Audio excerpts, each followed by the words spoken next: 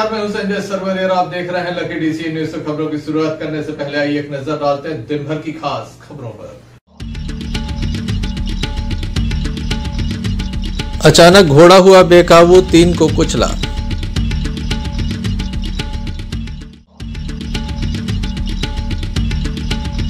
कुंडलपुर महोत्सव की तैयारियां शुरू।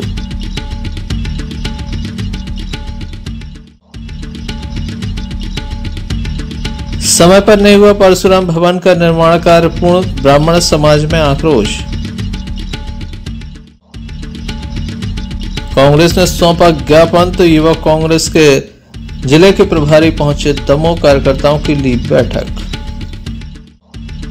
ये थी दिन भर की कुछ खास खबरें। खबरों का क्रम के हिसाब से दमोह कोतवाली अंतर्गत चैनपुरा से एक मामला सामने आया, जहां पर एक घोड़ा बेकाबू हो गया, जिसने 3 महिलाओं को अपनी चपेट में लिया है। घायल महिलाओं को जिला अस्पताल में दाखिल किया गया है। दमोह नगर कोतवाली अंतर्गत चैनपुरा की यह घटना है, जहां पर घोड़ा बेकाबू हो गया, जिसने 3 महिलाओं को चपेट में लिया। पूजा ममता सहित एक अन्य महिला घायल हुई है। 2 को जिला अस्पताल लाया गया था, जहां पर उनका उपचार जारी है। किस तरह से यह घटना घटी, क्या घायलों के द्वारा जानकारी दी गई, आइए हम आपको सुनाते हैं। क्या नाम है? पूजा। क्या हो गया? अरे वो घोड़े वाले ने चढ़ा दिया। कहाँ की बात है? चैनपुरा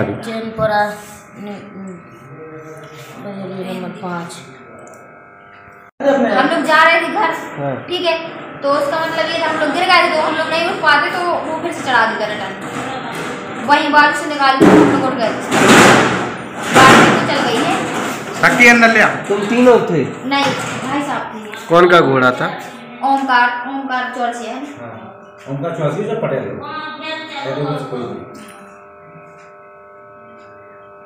क्या नाम है? संतोष रानी। क्या हो गया? हम और जा रहे थे, उतनी दम वो कर गई, सब घोड़ा बारी गाड़ी पर घोड़ा चढ़ा था। कहाँ की बात है? मानस पार। और भी कोई घायल है? 3 जने आते गाड़ी पे, एक और प्याली लड़ गया। हमारा घोड़ा बारे होता थे ना, घोड़ा तरह। किसको है घोड़ा? घोड़ा तो है बिट्टू को।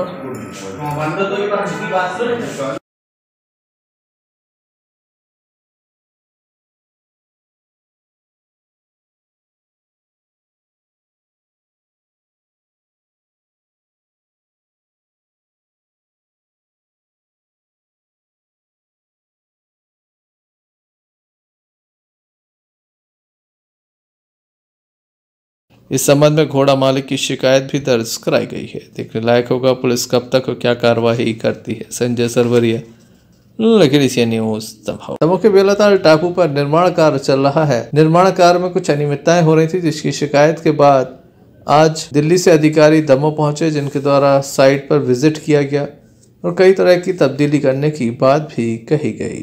इस अवसर पर सांसद प्रतिनिधि नरेंद्र बजाज, संजय यादव के अलावा अन्य लोग मौजूद थे।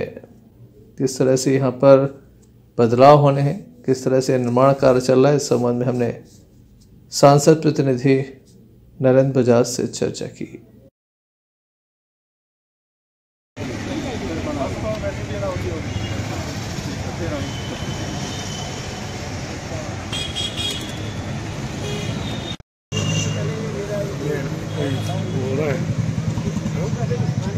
न्यूज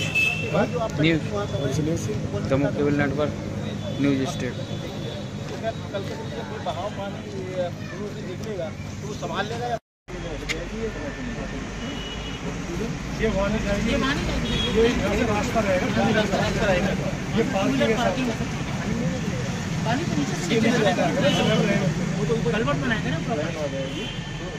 नहीं हो रहा था, किस तरह से क्या हुआ है?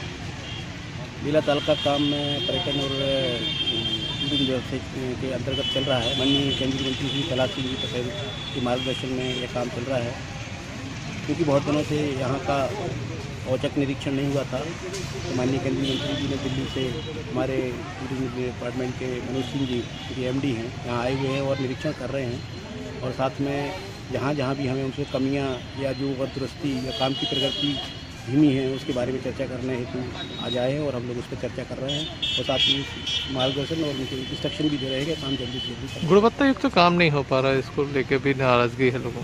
हाँ, ये गुणवत्ता में जहाँ जहाँ हमें कमी नज़र आ रही है उसी के लिए हम लोग यहाँ चर्चा के लिए आए हैं। और क्योंकि ये भाई साहब का बहुत ही एक बड़ा प्रोजेक्ट है और एक प्रेस्टीजियस प्रोजेक्ट है बेलाताल दमोह शहर के लिए, उसके बाद से ही वो वहाँ से आए हुए हैं दिल्ली से और इस पर चर्चा कर रहे हैं और जहाँ जहाँ भी कमी है हम उनको बता रहे हैं और ये निश्चित रूप से एक बहुत ही बढ़िया प्रोजेक्ट दमोह शहर के लिए रहेगा। इस अवसर पर नगर पालिका सीएमओ एवं निर्माण एजेंसी के कर्मचारी भी मौजूद रहे। संजय सरवरिया, लकड़ी से न्यूज दमोह। प्रदेश के राज्य मंत्री ओम प्रकाश सकलेचा दमोह पहुंचे। कुंडल पर पहुंचकर पंच कल्याणक महामहोत्सव के संबंध में आयोजित बैठक में उनके द्वारा हिस्सा लिया गया। बैठक में सागर संभाग के कमिश्नर मुकेश कुमार शुक्ला, आईजी सागर अनुराग, डीआईजी विवेक Raj Singh, collector S Krishna Chaitanya, police अधीक्षक डीआर तेनीवार, सीओ जिला पंचायत अजय श्रीवास्तव, सांसद प्रतिनिधि विशेष रूप से मौजूद रहे। कुंडलपुर कमेटी के सदस्यगण भी यहाँ पर मौजूद रहे, जिनके द्वारा अपनी अपनी बात रखी गई। इस संबंध में मंत्री श्री सकलेचा से हमने चर्चा की। आचार्य श्री जी से आज मेरी काफी लंबी चर्चा हुई। पीछे कोरोना के कारण सब कार्यक्रम डिले कर दिए गए थे। अभी बीच में चूंकि सब संत आ गए और आने वाली गर्मी के समय, क्योंकि 40 दिन कोई उत्सव के कार्यक्रम होते नहीं है, 16 फरवरी के बाद, ये 22 फरवरी के बाद गुरुअस्त रहता है। तो इसलिए और इस बार का जो डाटा आया मौसम विभाग का, गर्मी बहुत ज्यादा पड़ने की गुंजाइश है। फिर सभी संतों को यहाँ से पैदल विहार करना पड़ता है 400-500 किलोमीटर तक। तो उनका आग्रह था, उनकी बहुत ज्यादा ये थी कि आप इसको करें। हम भले 25% या 20% पे ज्यादा ऑनलाइन दिखाते हुए इस कार्यक्रम को करना चाहते हैं। ये बात कल मैं माननीय मुख्यमंत्री जी के सामने कैबिनेट में रख देंगे, फिर कैबिनेट का निर्णय होगा। जो भी निर्णय होगा उस हिसाब से आगे की योजना से कार्य चलेगा। तो सर, अभी कार्यक्रम की तारीख तय हुई है कि उसमें कुछ कंफ्यूजन है? नहीं, तारीख आचार्य श्री ने कहा है कि वो 16 तारीख से शुरू करना चाह रहे हैं। अब ये बात सरकार की उस पर जाएगी, क्योंकि एक कंफ्यूजन ये हो गया कि कुछ लोगों ने ये बता दिया कि स्कूल और वो प्रतिबंध और शादी के प्रतिबंध हटाने से कि मेले या बड़े आयोजन भी कर सकते हैं। तो चर्चा के बाद उन्होंने ये स्वीकार लिया कि हम बड़े स्तर पे नहीं करेंगे। जो पहले लाखों लोग पर डे आते थे, 6000 कमरे बनने थे, वो सब अभी संभव ही नहीं है इतने कम समय में।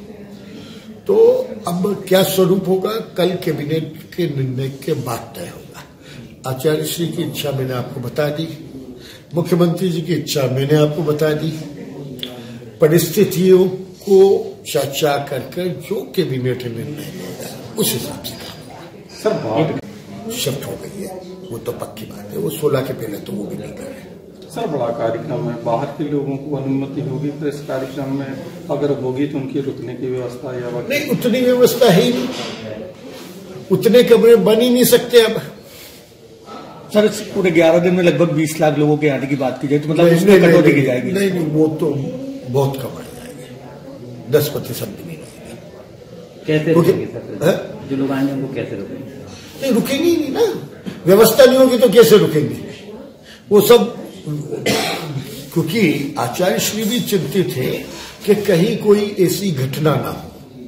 देखिए, जो कार्यक्रम तय हुआ वो करना चाहते हैं, ईश्वरीय कार्य, किसी का व्यक्तिगत कार्य नहीं है। और जो मंदिर की प्राण प्रतिष्ठा, जो भी उसका स्वरूप है, वो होगा, उनकी इच्छा है। गर्मी में करेंगे तो गर्मी इस बार ज्यादा होगी तो और दूसरे टाइप की कई समस्या बढ़ेगी। इतनी आंधी चलेगी, हवा चलेगी, रेत उड़ेगी, कैसे रोकेंगे खुले में? तो उनने अपनी बातें रखी है, प्रशासन ने अपनी बातें रखी है, कल कैबिनेट निर्णय लेगा। संजय सरवरिया, लकड़ी सी न्यूज दमोह। विधायक जालिम सिंह के बेटे मोनू सिंह की पत्नी नीतू सिंह के द्वारा एक ऑडियो वायरल हुआ है। लगातार सोशल मीडिया पर यह ऑडियो छाया हुआ है, जिसको लेकर कांग्रेस के द्वारा यह ज्ञापन सौंपा गया है।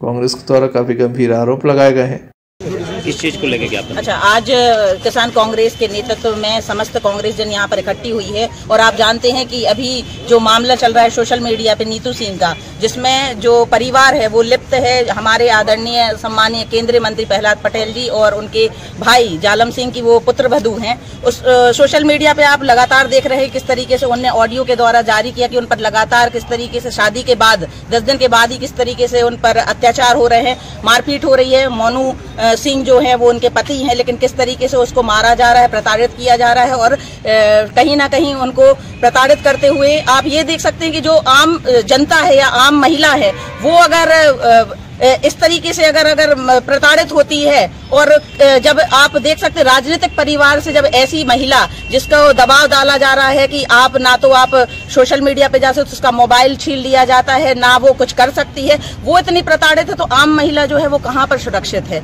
तो मैं चाहती हूँ कि जो नीतू सिंह के साथ हम पूरे कांग्रेस जन खड़े हैं और उनको सुरक्षा प्रदान की जाए और उनके मामले पर सही जाँच की जाए और जो लिप्त परिवार है उस पर कोई ना कोई कार्रवाई की जाए, यही हमारी मांग है। प्रियंका जी का एक नारा है, लड़की हूँ लड़ सकती हूँ, और जहाँ लड़की अपनी लड़ाई लड़ रही है कांग्रेस का ये नैतिक दायित्व बनता है कि हम उसकी लड़ाई में सहभागिता करें।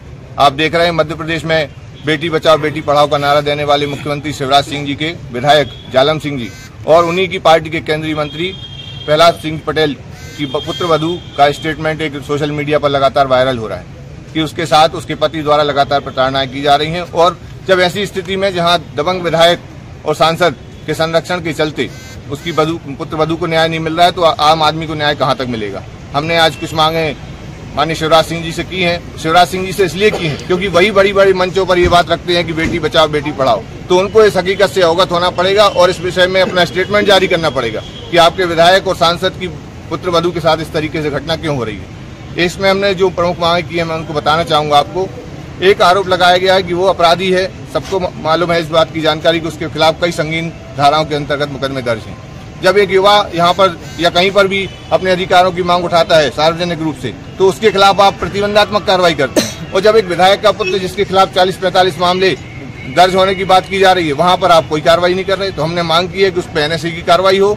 विधायक निवास अय्यासी का अड्डा बनाया है ऐसा उसका आरोप है बच्ची का, तो इसकी भी जांच की जानी चाहिए और वो जो आवंटन किया गया है निवास का उसको भी निरस्त किया जाना चाहिए। इस तरीके से जितने भी आवेदन पर उसने बिंदुओं पर कार्रवाई की मांग की, हमारी मांग है शिवराज सिंह जी से कि निष्पक्ष इस पर कार्रवाई करें। संजय सरवरिया, लकड़ी से न्यूज दबाओ। जिले के नौटा थाना अंतर्गत अज्ञात वाहन की टक्कर से युवक घायल हो गया, जिसे गंभीर स्थिति में जिला अस्पताल में दाखिल किया गया जहां उसका उपचार जारी है। पुलिस के द्वारा मामले की जांच। घायल अवस्था में युवक को जिला अस्पताल में दाखिल कराया गया है। किसी को कोई जानकारी नहीं है कि युवक कहां का रहने वाला है, क्या घटना घटित हुई है।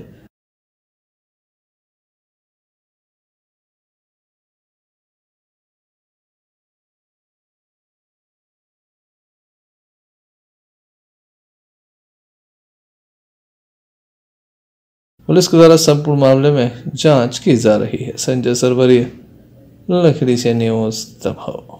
दाऊ में परशुराम भवन बनाया जाना था। ब्राह्मण समाज की मांग पर स्थानीय नेताओं के द्वारा काफी राशि इसमें दी गई थी, लेकिन अब तक इसका निर्माण कार्य पूर्ण नहीं हुआ। 4 साल बीते, साथ ही जो निर्माण कार्य चल रहा है वो घटिया किस्म का है, जिसको लेकर ब्राह्मण समाज के द्वारा आक्रोश व्यक्त किया गया है। आज नगर पालिका CMO के द्वारा इस भवन का विजिट किया गया और उचित कार्रवाई की बात भी कही गई।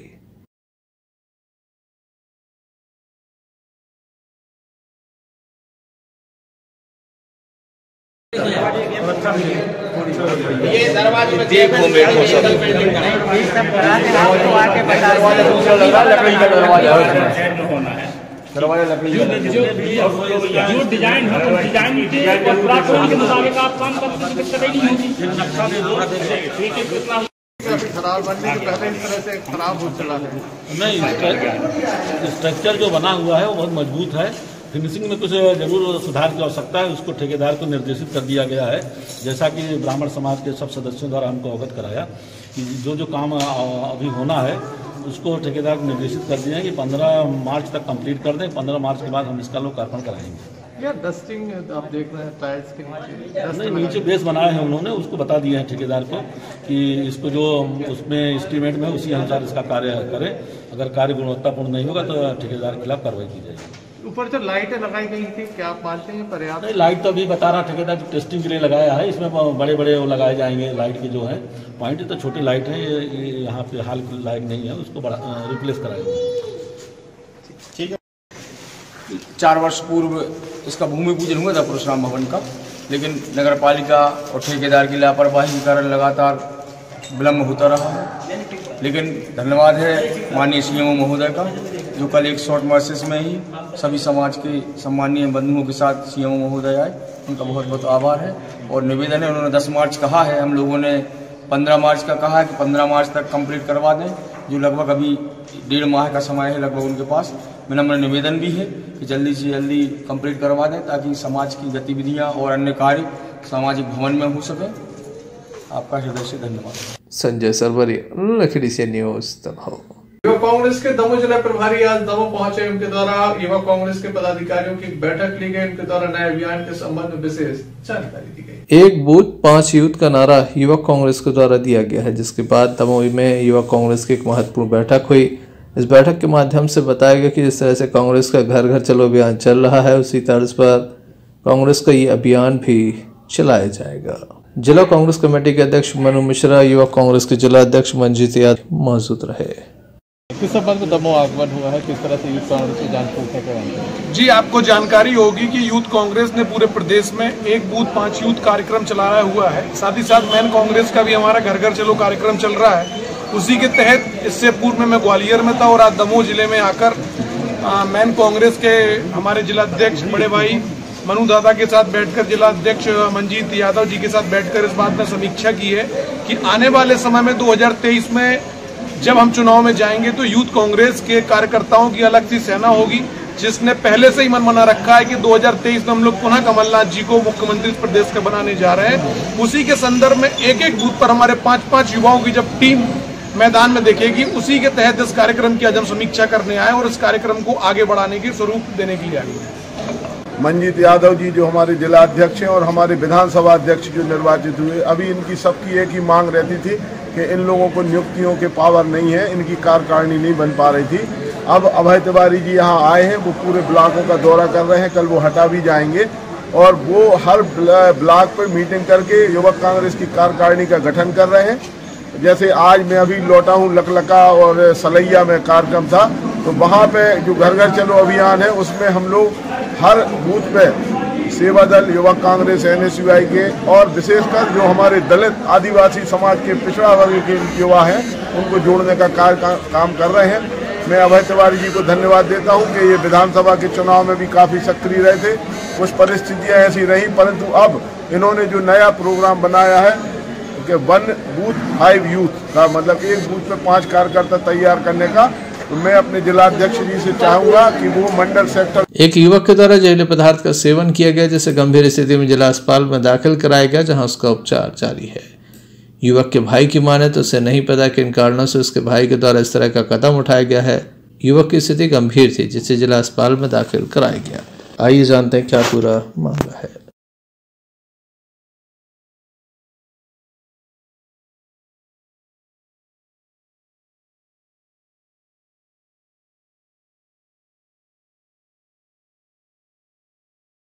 क्या नाम है आपको? हल्ली रेकवार, मोहन रेकवार। हल्ली रेकवार ने दवाई पी ली। क्या दवाई पी ली? कुछ कारण पता ही नहीं। कहाँ की बात है?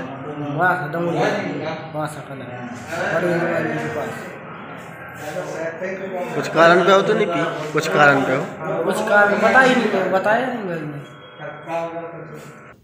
संजय सरवरिया, लखीडी से न्यूज दमोह।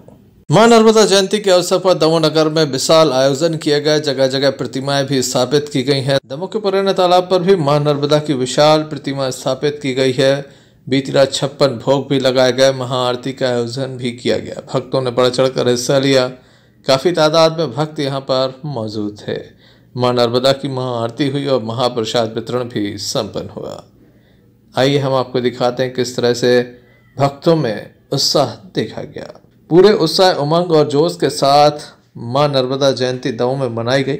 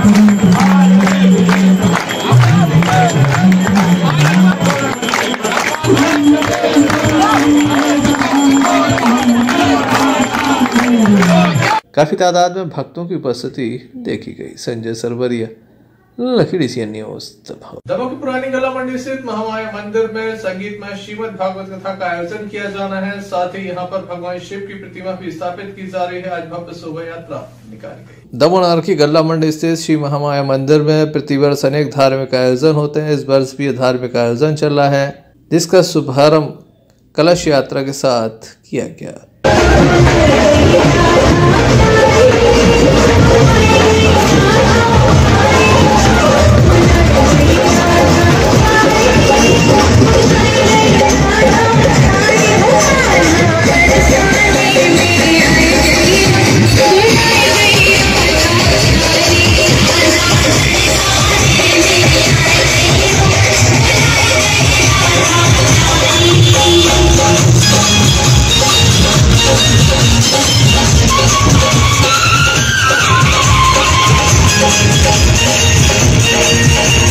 इस अवसर पर भक्तों की उपस्थिति देखी गई। दमोह जिले के विश्व प्रसिद्ध जैन तीर्थ क्षेत्र कुंडलपुर में बड़े बाबा मंदिर निर्माण महामहोत्सव को लेकर तैयारी अंतिम चरण में है। वहीं छोटे बाबा आचार्य भगवान विद्यासागर महाराज के साथ 250 से अधिक भिक्षुधारी साधुओं का संघ भी विराजमान है। इधर बड़े बाबा छोटे बाबा के दर्शनों के लिए देश भर से प्रतिदिन हजारों श्रद्धालु कुंडलपुर पहुंचना जारी है। इसी कड़ी में देश के प्रधानमंत्री नरेंद्र मोदी के छोटे भाई पंकज मोदी भी कुंडलपुर पहुंचे, जहां उन्होंने बड़े बाबा के दर्शन करते हुए छत्र समर्पित किए।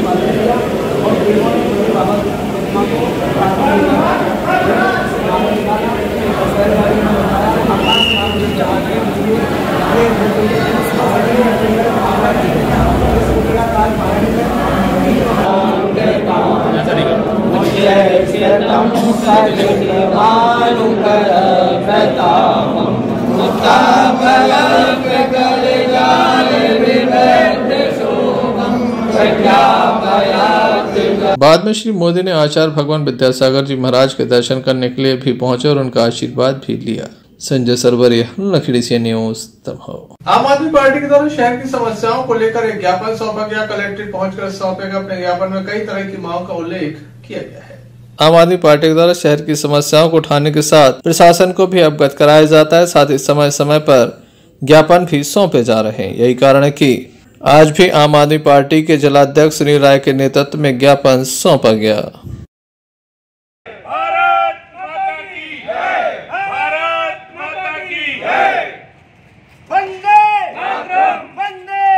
आज आम आदमी पार्टी दमोह जिले के सहारा में जिन्होंने निवेश किया और जिनकी मैच्योरिटी पूर्ण हो गई है, उनके लिए उनके समर्थन में आम आदमी पार्टी आई है। कलेक्टर को ज्ञापन दे रही कि 1 माह के अंदर यदि दमोह कलेक्टर के द्वारा वैधानिक रूप से उचित कार्रवाई नहीं की गई तो आम आदमी पार्टी दमोह इन लोगों के साथ उग्र आंदोलन करेगी, जिसकी जिम्मेदारी शासन प्रशासन की ही नहीं बल्कि इस जिले के जिम्मेदार इस जिले के जनप्रतिनिधियों की भी होगी। जहां एक और ये कहा जाता कि दमोह में कद्दावर भारतीय जनता पार्टी के कद्दावर नेता हैं और उसका लाभ क्या मिल रहा। आज हमारे दमोह लोकसभा क्षेत्र के केंद्रीय मंत्री हैं, लेकिन क्या आज तक उन्होंने सदन में सहारा के लिए, सदन की पटल पर सहारा के लिए आवाज़ उठाई? नहीं, किसी भी विधायक सांसद ने नहीं किया। आज हम ये मांग करते हैं कि इनका जैसे उदाहरण के तौर पर सागर में जो कलेक्टर हैं उनने सहारा की प्रॉपर्टी को सीज करके और उसके ऑक्शन के लिए उनको छोड़ा और जो सहारा के कुछ जितने भी लोग जितने के ऑक्शन हुआ उन निवेशकों को उनने भुगतान कराया। तो हमारा कहना ये है कि इसमें दमोह कलेक्टर जहां भी सहारा की संपत्ति है उसको सीज करके और ऑक्शन कराएं और निवेशकों का भुगतान करें। संजय सरवरिया, लखीडीह न्यूज, दमोह। दमोह के बेलाताल टापू पर निर्माण कार्य चल रहा है। निर्माण कार्य में कुछ अनियमितताएं हो रही थी, जिसकी शिकायत के बाद आज दिल्ली से अधिकारी दमोह पहुंचे, जिनके द्वारा साइट पर विजिट किया गया और कई तरह की तब्दीली करने की बात भी कही गई। इस अवसर पर सांसद प्रतिनिधि नरेंद्र बजाज, संजय यादव के अलावा अन्य लोग मौजूद थे। किस तरह से यहाँ पर बदलाव होने हैं, किस तरह से निर्माण कार्य चल रहा है, इस संबंध में हमने सांसद प्रतिनिधि नरेंद्र बजाज से चर्चा की।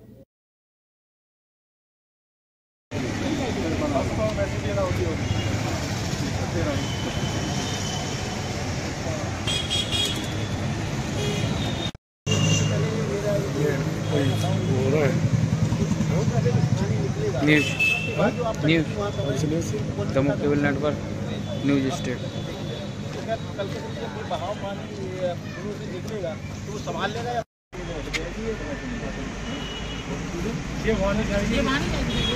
रास्ता रहेगा, ये पार्किंग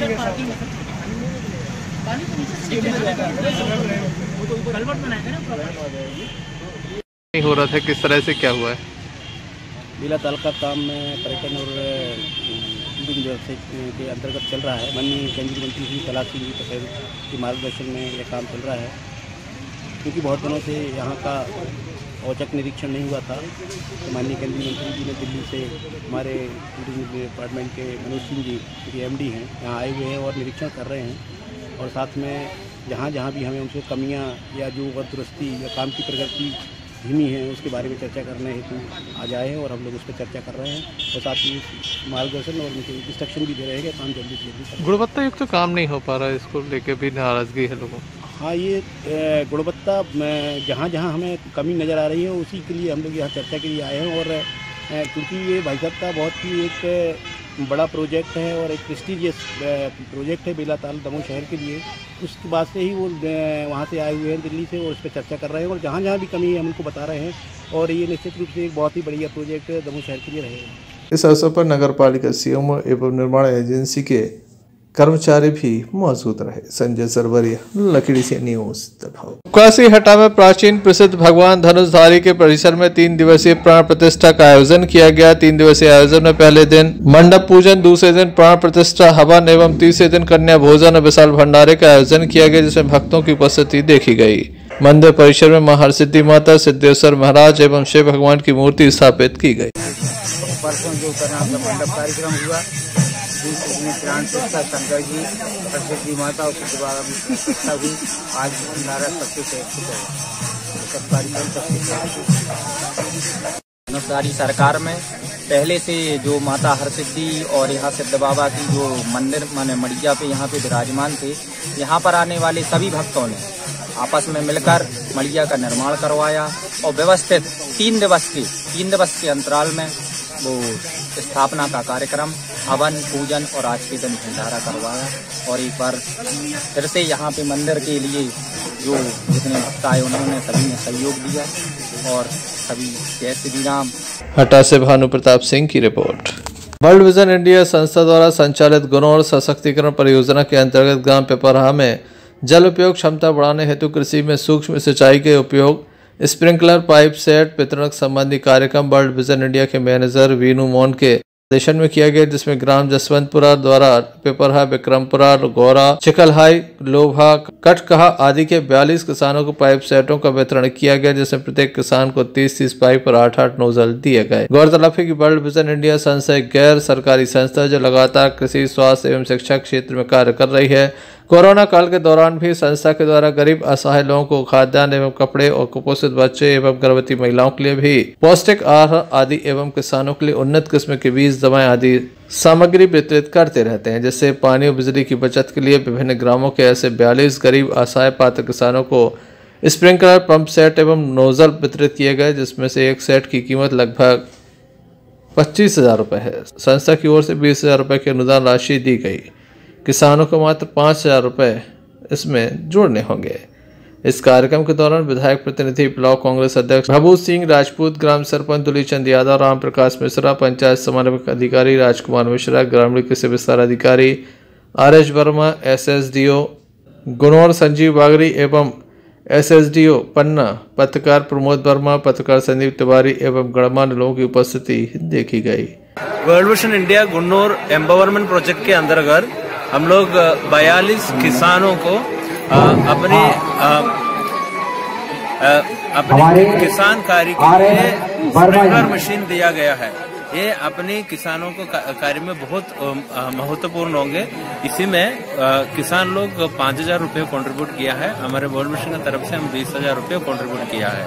ये 8 विलेज में 42 फार्मर्स को दिया गया है। Sir, world vision India Gunnaur में कुपोषित बच्चों के लिए ज्यादातर काम करता है।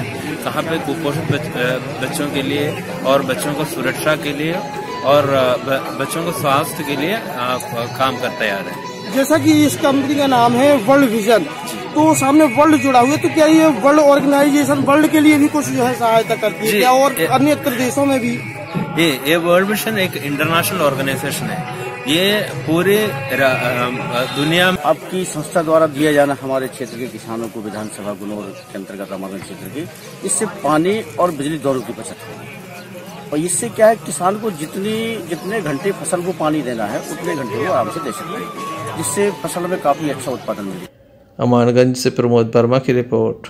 प्रतिवर्ष की भांति इस वर्ष भी अमानगंज में करुणी ज्योति फाउंडेशन की तरफ से ज्येष्ठ और श्रेष्ठ वृद्धजनों के सम्मान में कार्यक्रम आयोजित किया गया, जिसमें अमानगंज, महोबा, देवरा, हिनौता, उड़ला आदि ग्राम के ज्येष्ठ और श्रेष्ठ वृद्धजन पंडित देव प्रकाश द्वारा साल देकर सम्मानित किया गया। कार्यक्रम पंडित देव प्रकाश शास्त्री ने बताया कि ज्येष्ठ और श्रेष्ठ वर्ग को युवा लोगों के द्वारा नहीं संभाला जा रहा है। वे अपने ही घरों में अपने आप को बेसहारा महसूस कर रहे हैं। ऐसे में हमारी संस्था का उद्देश्य है कि युवा पीढ़ी अपने कर्तव्य के प्रति जागरूक हो और समझे, अपने माता पिता की सेवा करे। भगवान की पूजन करना है तो करे, लेकिन अगर माता पिता का आशीर्वाद नहीं लिया तो कोई भी तीर्थ, पूजन, यज्ञ, जप, तप सब निष्फल और बेकार है।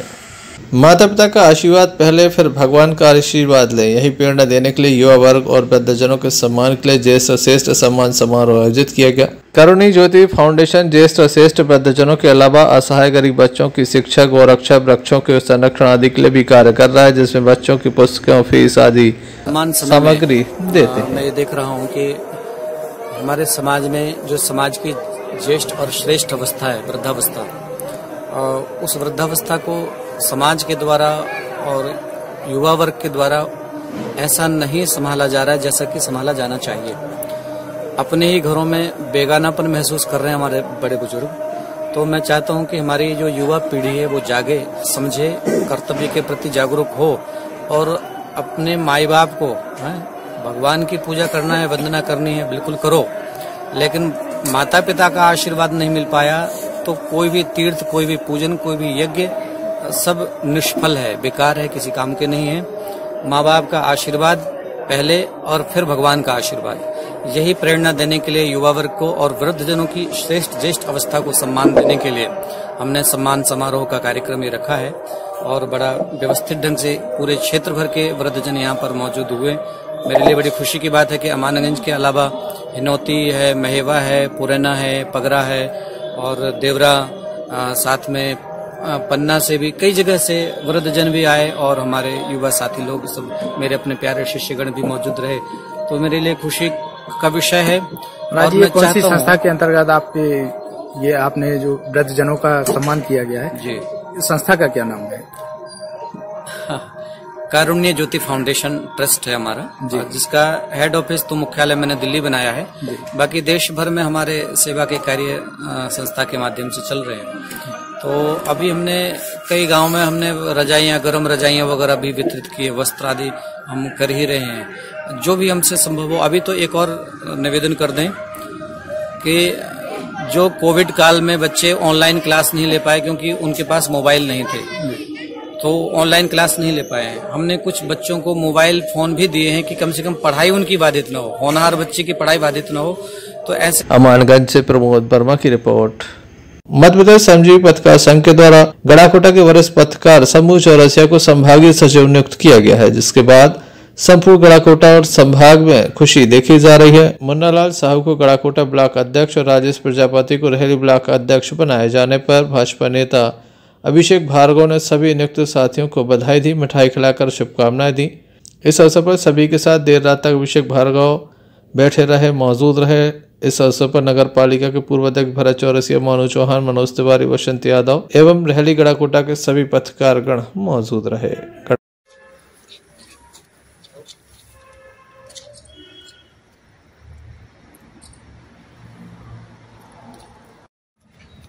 आज यहाँ पर आप लोगों का आगमन हुआ है, क्या कारण? आज प्रांताध्यक्ष आदरणीय सलभ भदौरिया जी के निर्देश पर हमारे रेहली ब्लॉक से राजेश जी प्रजापति को ब्लॉक अध्यक्ष नियुक्त किया गया है। हमारे रेहली विधानसभा क्षेत्र के कैबिनेट मंत्री गोपाल भार्गव के यहाँ सभी पत्रकार साथी एक मिलन समारोह आए थे। भार्गव जी के नाम मिलने पर अभिषेक भार्गव से मिले और अभिषेक भार्गव ने सभी का मिष्ठान खिलाकर स्वागत किया और पत्रकार साथियों को इस उपलब्धि पर बधाई दी।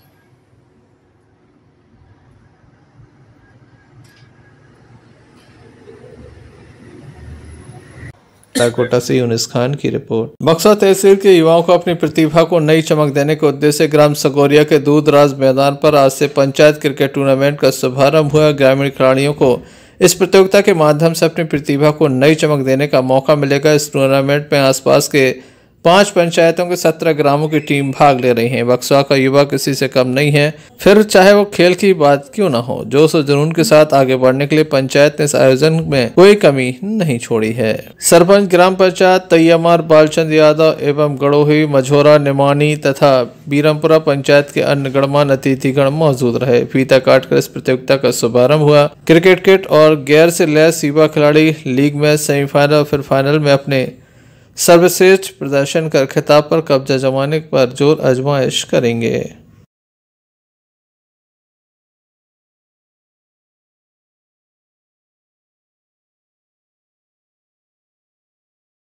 जितने भी यहाँ इस एरिया के खिलाड़ी हैं उनके खेल को देखा जाए और जो भी युवा प्रतिभा है उनके लिए एक मंच प्रदान कर सकें, इसलिए इस उद्देश्य से यह टूर्नामेंट किया जा रहा है। कौन कौन सी पंचायतों में?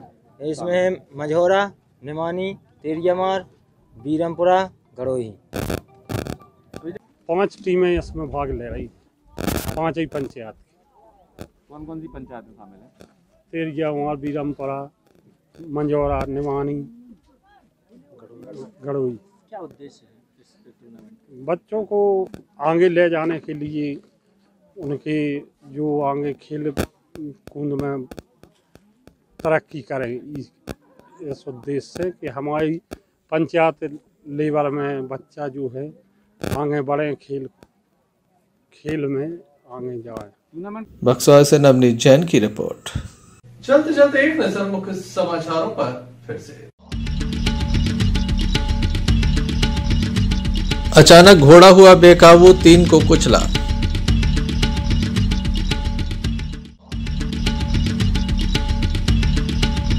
कुंडलपुर महोत्सव की तैयारियां शुरू।